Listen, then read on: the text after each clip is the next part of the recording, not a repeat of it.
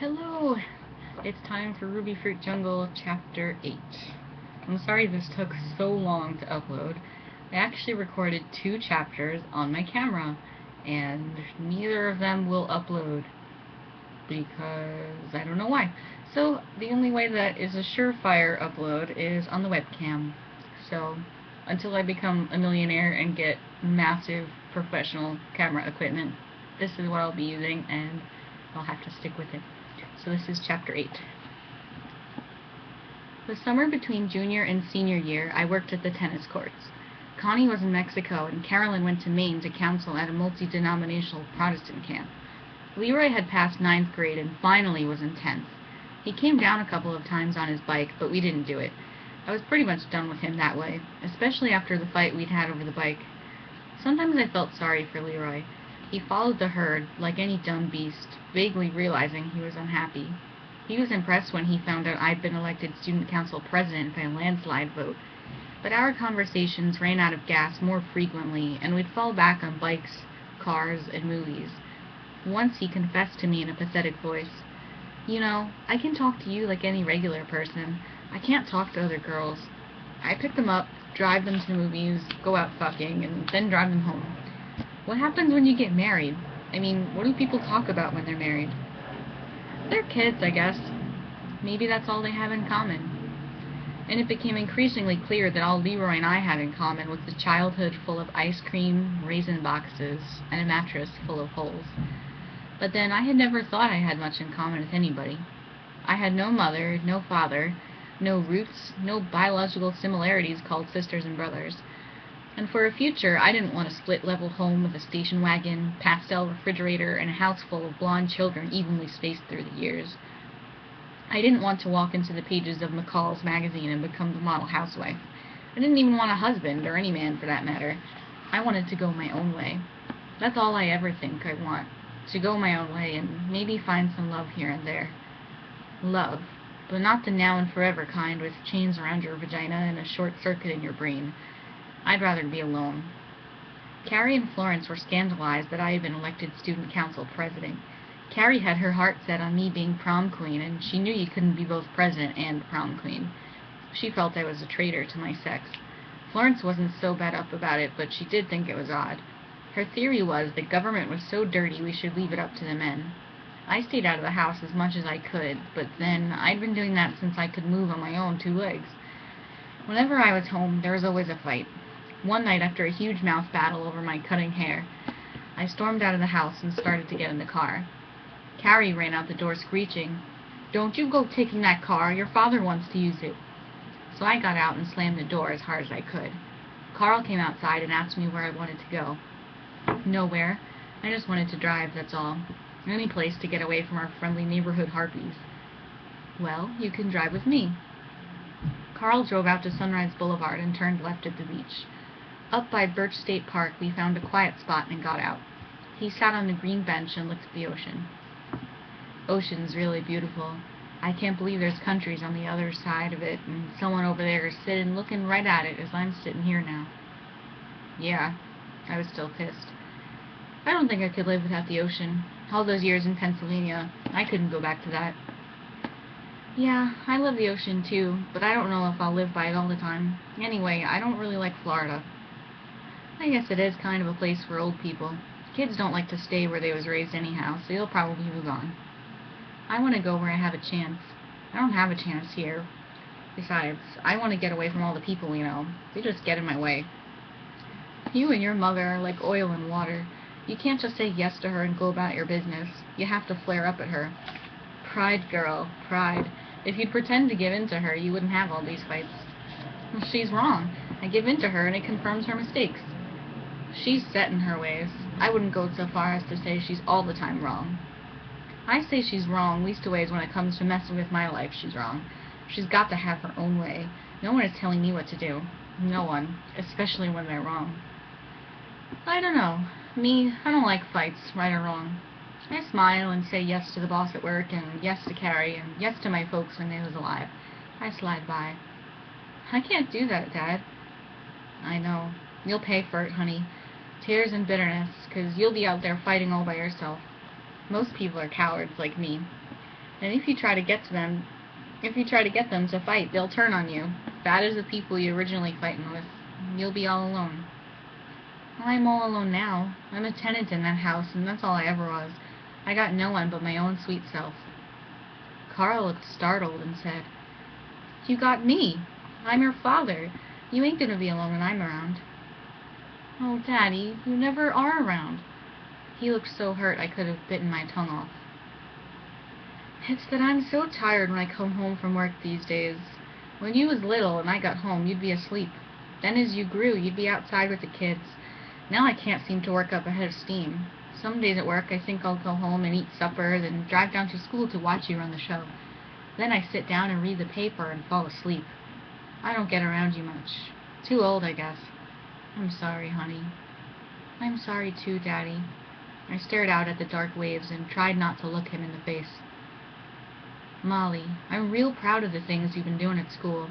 You're something else again, you are. You're going to go on and be something someday. And you keep on fighting for yourself. Hell, if you can fight Carrie, anyone else will be small potatoes."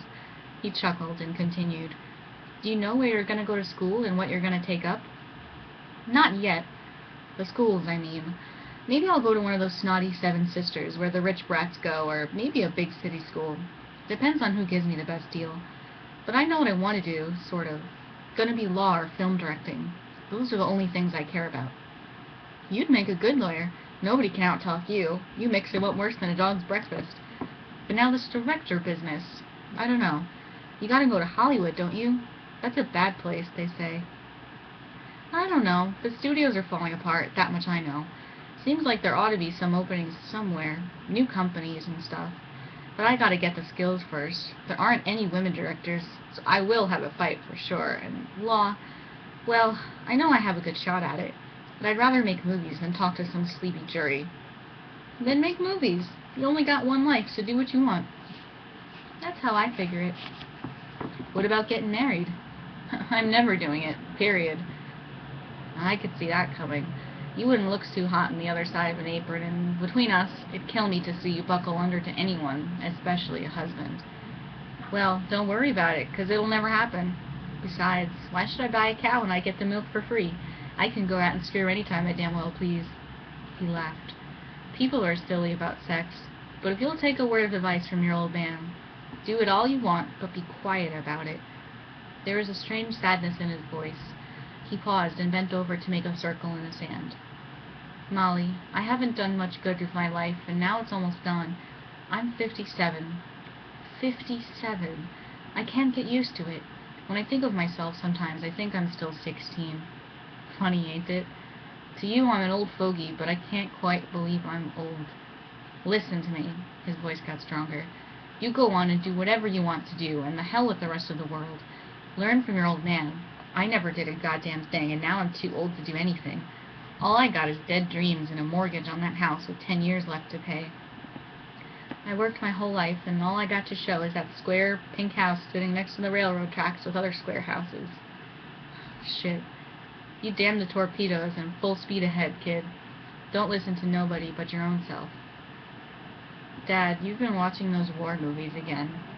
And I gave him a big hug and kiss on his gray, salty stubble.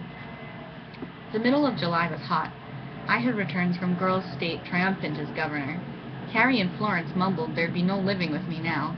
Carl went to work and told everyone he saw that his daughter was going to be the real governor someday.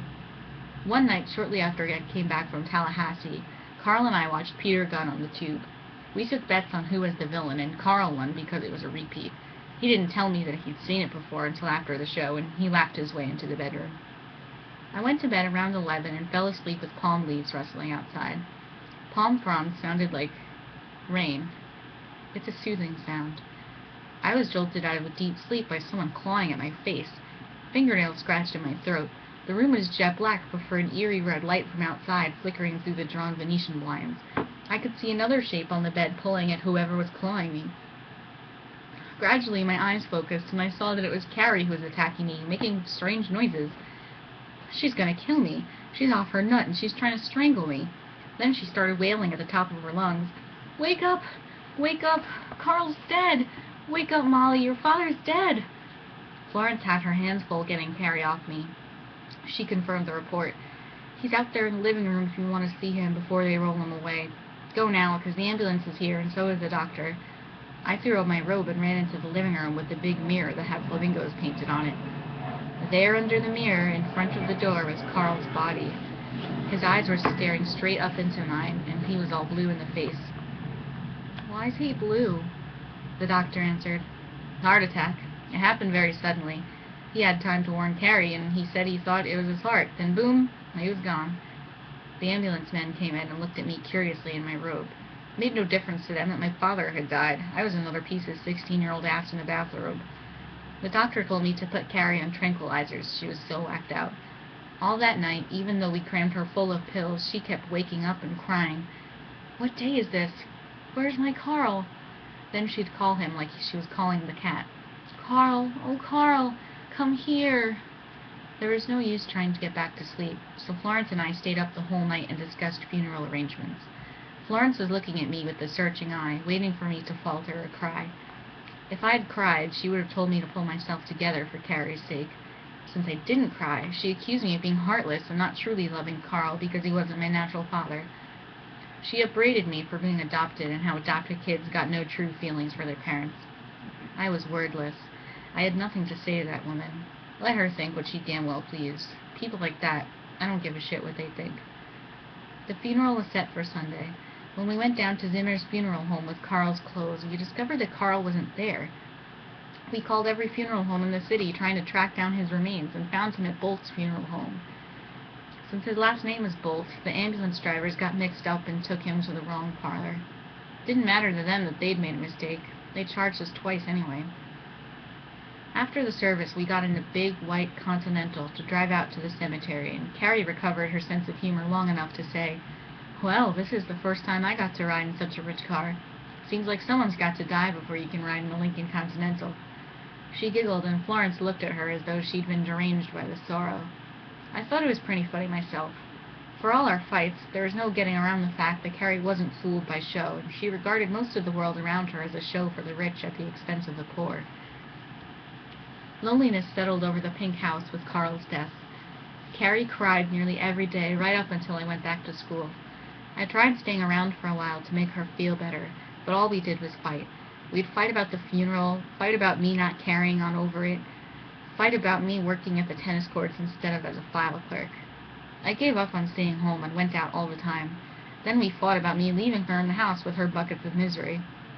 2 weeks after school started, I came home around 5 and changed my clothes to go back later for a meeting. Florence had succeeded in prying Carrie from the house and took her window shopping at the new Brit store. I was sitting in the bright yellow kitchen reading Virginia Woolf's Orlando, laughing my head off, when I looked up at the clock and noticed it was 5:30. I jumped up and put on the coffee pot. The deep rust color swirled through the clean water when I looked out the jalousie door and realized Carl was never coming home again. I felt so stupid and desolate, putting on the pot so we'd have fresh coffee after work. I sat down and tried to read Orlando again, but I couldn't focus on the page. I stood up and went back into Carrie's bedroom. Carl had a drawer in the huge brown old dresser with the gray linoleum top.